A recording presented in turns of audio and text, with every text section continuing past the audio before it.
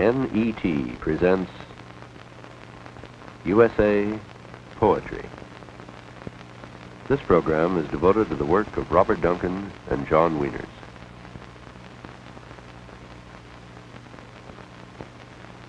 This is the poet Robert Duncan, born 1919, Oakland, California. Of his work, Duncan has written, "I make poetry as other men make war, or make love, or make states or revolutions, to exercise my faculties at large." One of the more influential of contemporary American poets, Robert Duncan's major collection of work to date is in the volume Roots and Branches, published by Scribner's. With the painter Jess Collins, Duncan lives and works in this house in San Francisco in an environment uniquely his own. I think of myself as a householder in the middle of a city where this household is in San Francisco, and then San Francisco for me is an extension and again a household. Beyond that, I don't have much picture of the rest. Let's say the rest of the country is almost as vague as living in the rest of history of all of time. And then what one does in the furnishing of a household is about as far as I understand that role of that people make so much about poems, usually talking about discipline, about the poet's selectivity. Everywhere I am selecting, but I wouldn't view it as an extension of discipline or an economy. It's an operation of intuition for me. Robert Duncan has written, "I study what I write as I study out any mystery. A poem, mine or another's, is an occult document. And concerning metaphor, the concept that to form is to transform is a magic then. And a metaphor is not a literary device, but an actual meaning arising from, operating in, and leading us to realize the co-inherence of being in being, that we perceive forms because there are correspondences." The poem works with, not only with sounds and the feelings you have in your body of the dance that's in a poem, of these two together, the sounds that you're working with in the words, and the rhythms in which these words are coming into the form of the poem. But the other one, the realm of image, I'm fascinated that it is not that the image is also an endlessly extending field, and one of them that the Renaissance was fascinated by was the emblem, or the picture. Ben Jonson says, "Who knows not picture knows not poetry." When images occur in a poem for me, I see those images the way I see these images in the tarot, not as symbols. The woman with the two vases and the great star here actually is pouring a water from a pool, which then is also the pool of life, and she's pouring souls from life into life, returning them. As I'm working, my preparation for the poem, the thing that comes alive when I come to the poem, is how much I have prepared to see in the immediate part I'm working, what I'm working with. If I see many things in what I'm working with, then I have a great many areas with which I can build. It's like having a block of a certain shape and suddenly seeing that it can fit with many other blocks instead of having set on your mind that it fits only with one. And then you can really start building a kind of architecture. The architecture of the poem fascinates me. I don't believe in the prediction of the future when you lay out the cards or read a poem, but I do believe that you give the script for the future, because we're all dramatists. Now it does occur to me that maybe I like so many objects and I like so many books because in the vast dispersion of that field there's a much greater freedom of choice. The other part that does interest me is the furnishing. Then among the furnitures in a poem like this, for instance, in which I really was drawing upon the things that were around the room and attendant, I make a path through it in which the content of the poem exists. As they come to me, or as I recognize them, as I look at them about the room, I see that path and follow the thought of it and the feeling of it as it goes through. Passages 9. The architecture. It must have recesses, There is a great charm in a room broken up in plan, where that slight feeling of mystery is given to it which arises when you cannot see the whole room from any one place, when there is always something around the corner. From the window shelter, the light. The curtains of daffodil yellow, light beyond. A little night music, after noon. Strains of mahogany on the phonograph, distant intoxications of brazen crisis. The 1930 Können einen toten Mann nicht helfen chorus. The procession with drum roll. In the distance, recessed. The stage becomes dark. From the bookcases, the glimmering titles arrayed, keys, Hesiod, Heraclitus, the secret books of Egyptian Gnostics. Take a house planned in this way, with a big living room, its great fireplace, open staircase, casement windows, built-in seats, cupboards, bookcases, and perhaps French doors opening out upon a porch. La Révélation d'Hermès Trismégiste, Plutarch's Morals, Theosophical Essays, Avicenna, the Zohar, the Aurora. I was reading while the music played, curled up among the ornamental cushions, which links the house with the garden, and sparkling into the jeweled highlights given forth by copper, brass, or embroidery. The staircase, instead of being hidden away in a small hall or treated as a necessary evil, made one of the most beautiful and prominent features of the room, because it forms a link between the social part of the house and the upper region. Below the house, in the dark of the pepper tree, stripped to the moonlight, embraced for the mystery's sake, mounting through us, the garden's recesses. You are to make it, I told you in the past. I do not suppose you recognize me. Owl is what I am called. This is how I am. They saw an owl. Fantastic. At the back of the north wind, the princess and the goblin, the princess and Curdie, Lilith, the lamplight, warm, upon the page where I, romance, in which lost, reading. You will often tell the story. If you do that, you will be able to marry those you love. You will continue to marry, but you will fear me. If I even see you, you will die, which belongs to the inner and individual part of the family life.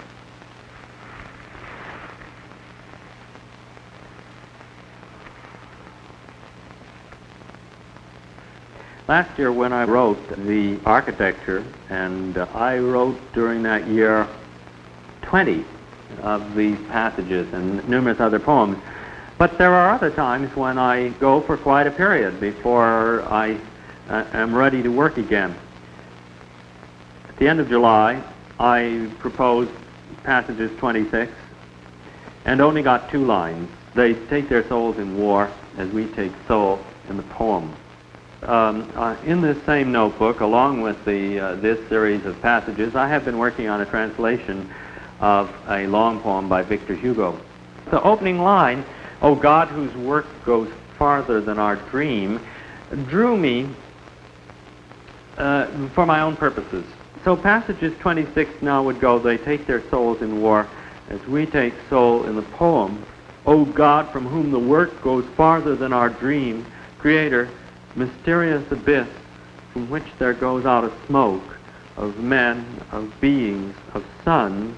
In order to have an accuracy, I had to incur being responsible for all errors. This is, sometimes I would compare it to a carpenter. In other words, view the language as a wood that if you make a mistake, you cannot correct it.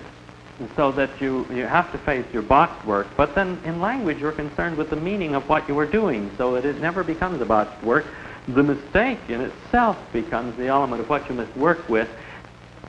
Mao's mountain of murdered men, but that's a lot of alliteration. How was one going to... I can't revise it and have to have that big mouthful of Mao's mountain of murdered men. I can at times stare and wonder, my God, what am I going to do with that, and have to do something with it.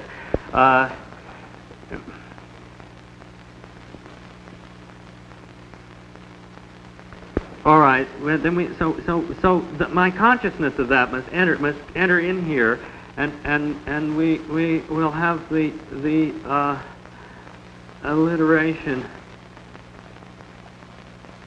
of M's, like Vietnam's burned villages. Here. Placeable with hatred, maimed, hold against bloody poetry, America writes over Asia.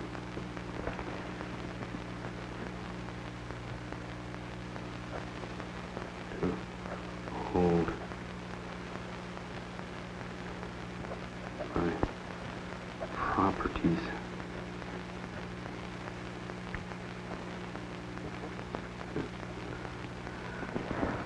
now. If I lose the track, I will just stop.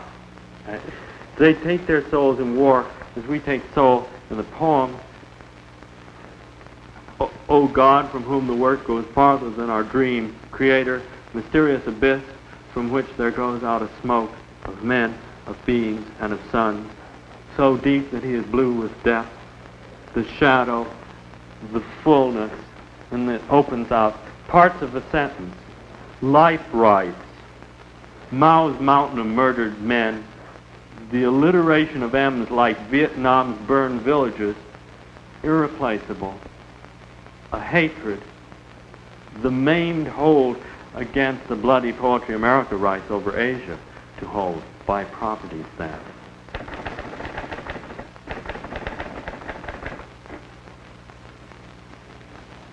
This poem, passages 26, as well as the poem The Architecture, which is passages 9, is part of a long, open-ended work in progress.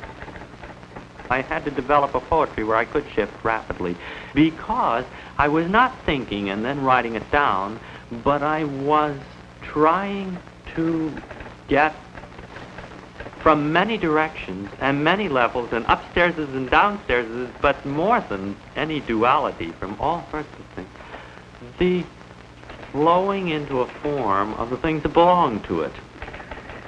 The work of Robert Duncan has returned to contemporary poetry, an element that was rejected by many of the experimentalists of the 20s. This element is the spirit of romance, specifically the free play of the imagination among all the phenomenon available to man, the old story of the romance of forms. I create in a poem with language in order to participate in what I intuit to be the nature of what's going on in the world. So in a way I discover the world as I discover what my own processes of being part of it and creating, but creating language to me is part of the creativity of man, which is completely in his consciousness.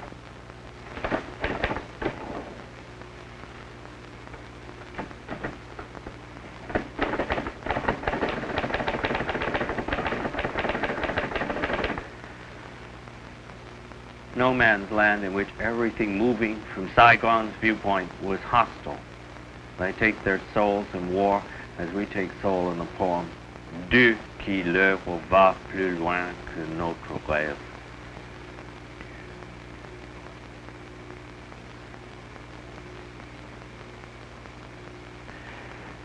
Creator, mysterious abyss from which there goes out a smoke of men, of beings, and of suns, so deep that he is blue as death, the shadow, the fullness, parts of a sentence. They must make their long march to make. Life rights we take as necessary. Mao's mountain of murdered men, the alliteration of M's like Vietnam's burned villages, irreplaceable, irrevocable, a hatred the maimed hold against the bloody poetry America writes over Asia. We must recall to hold by properties that are not by property rights, but given to all. I always feel the congruity of everything. And when I am baffled, I believe that the congruity is there and that I'm unable to find it. Because I experience the world not as a terrible field of contrast and misfittings, but of a continuous flow of things in time and space. And in my art, I try to have that aspect of the world. In the 15 years that I've lived with Jess, I've seen how his collages and my way of writing have a great similarity. My poems are filled with the passages that may come from here and there. One time I referred to myself as a sort of jackdaw, and I certainly think of myself as a derivative poet. Well, I derive from this vase, I derive from these minds. When I gave myself permission to be a derivative poet, I found I had my mind full. If I have to be original, I really don't have anything in my mind at all. I think one of the things I had to battle against and overthrow in my mind that is dominant for the generation of Pound and Williams and Stein is it was very important to them that they invented that they were original, although when we turn back we see them also derivative. But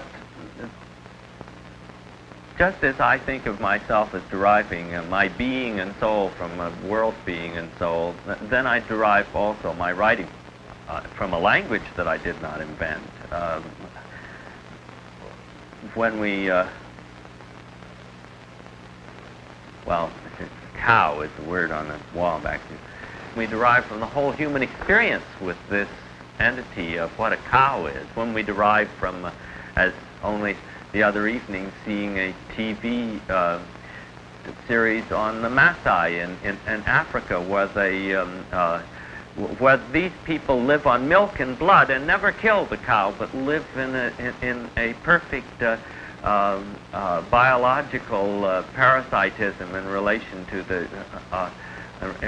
their herd, where they solve the problem of the herds, where to eat and where to find water, and then in turn they never kill them as we slaughter what we eat, but they drink their blood and their milk. Now, in a way, I think no wonder I was attracted to them, because in the first place they're splendid people and their dance is magnificent. And they live in an enclosed world of cow dung and cows, and the main thing in this TV serial was how can we bring these people up to date? How can we really relieve them from their terrible primitive existence? Well, I, in a way, am a terrible primitive existence, and an unlikely one, supposedly, in the world we live in. I derive myself from all of these people who are in no way diminished by my derivation from the milk and blood of other works of art.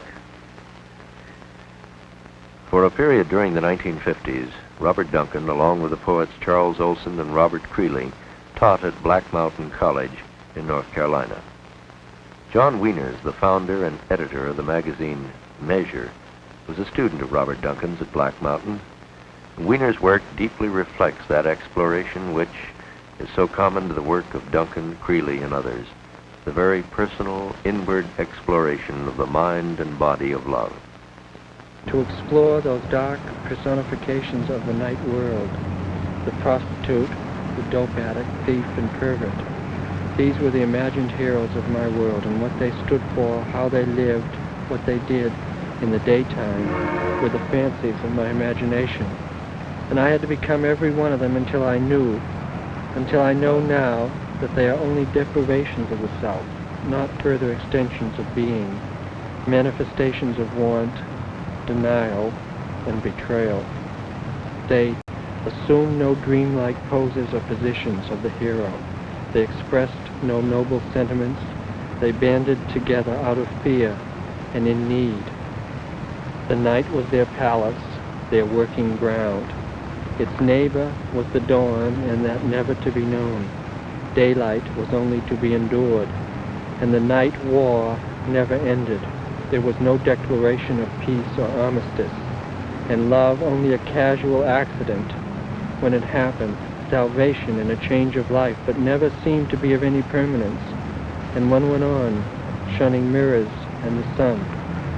Love was to profit by a night's warmth, a new suit, a week's lodging, a full meal, a soft pillow under the head, but to the heart and brain only a remembrance or memory out of childhood, a tune played on a tinny piano in someone else's house. Morning found us sick, dawn exhausted, night an exhilaration, an excursion. Who wanted to be seen in the daylight when the drudges were out, lazy to do their lives justice? The lames, Tom called them, abound on weekends. So use them, find them out, and rob them, their villages and houses, of money, furs, and jewels.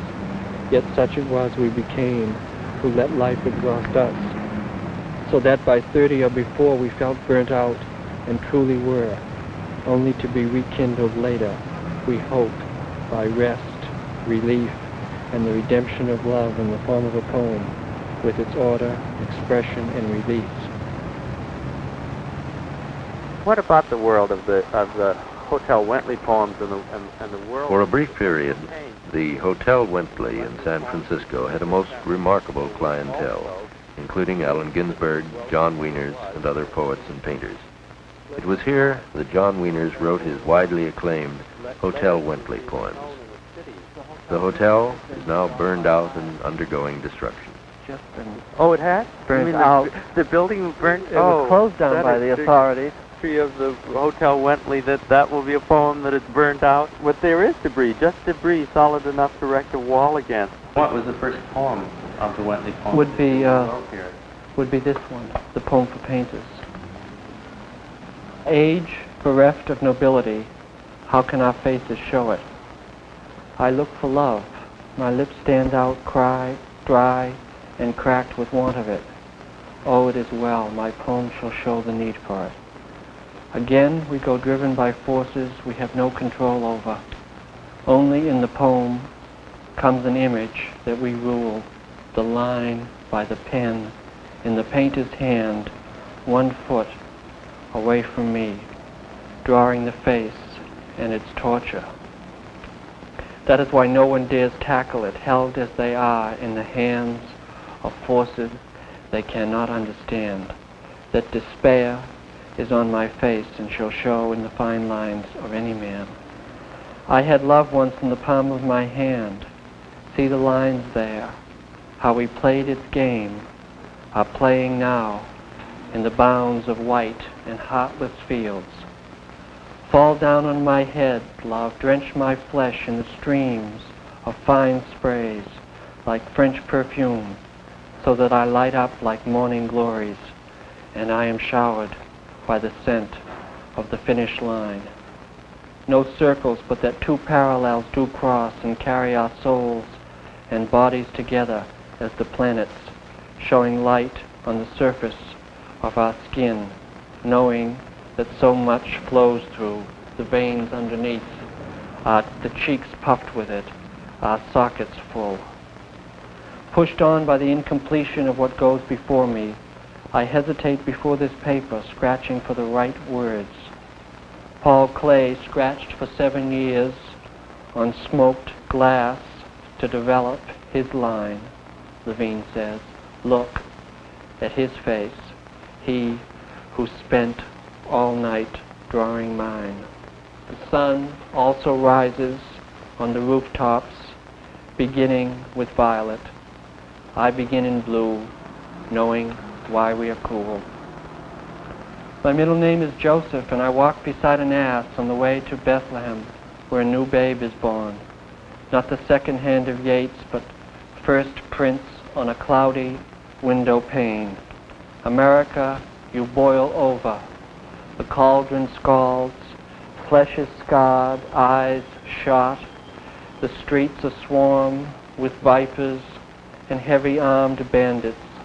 There are bandages on the wounds, but blood flows unabated. Oh, stop up the drains. We are run over. Now the game is over, and the line lengthens. Let us stay with what we know, that love is my strength, that I am overpowered by it. Desire pushes out my toes. That too is on the face, gone stale. When green was the bed my love and I laid down upon. Now a new home rises for me out of the fog. I find it with its kitchen cupboards full. In the bathroom, bedroom, living room, once I whispered to you who shall never read this. Why do I lay down my fate in these lines? I don't want these nets over my head in hunger, as hunger is on the people. Make it grapple with the old bait, put old worms back on the hook, old clothes in the closet. I would wear them again rather than this torn shirt on my back.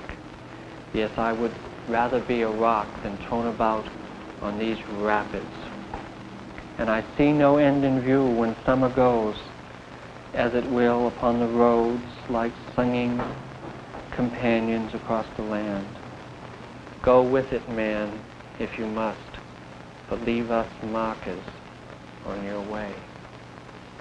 South of Mission, Seattle, over the Sierra Mountains, the Middle West and Michigan, moving east again, easy, coming into Chicago, and the cattle country calling to each other over canyons, careful not to be caught at night.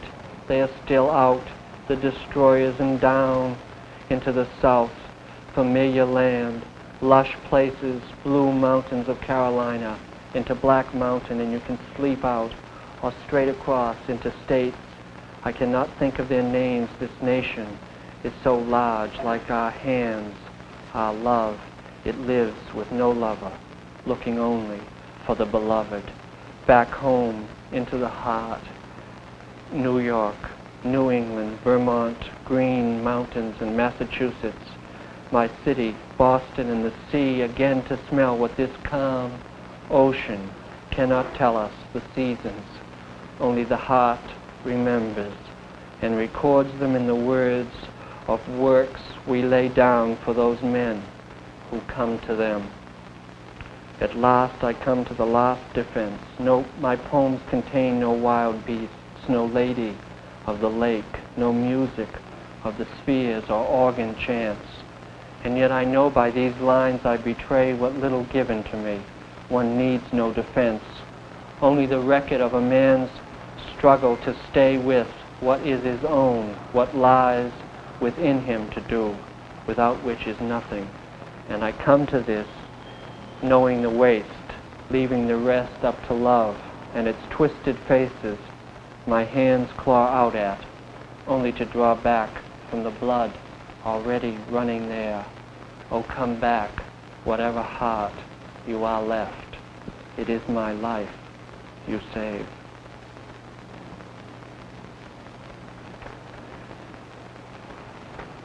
Well, we're really sort of in the ruins of this room. What was it like when you were here? Well, I mean, we're here after a fire when the place is being in the debris of a place. Absolutely. This is NET, the National Educational Television Network.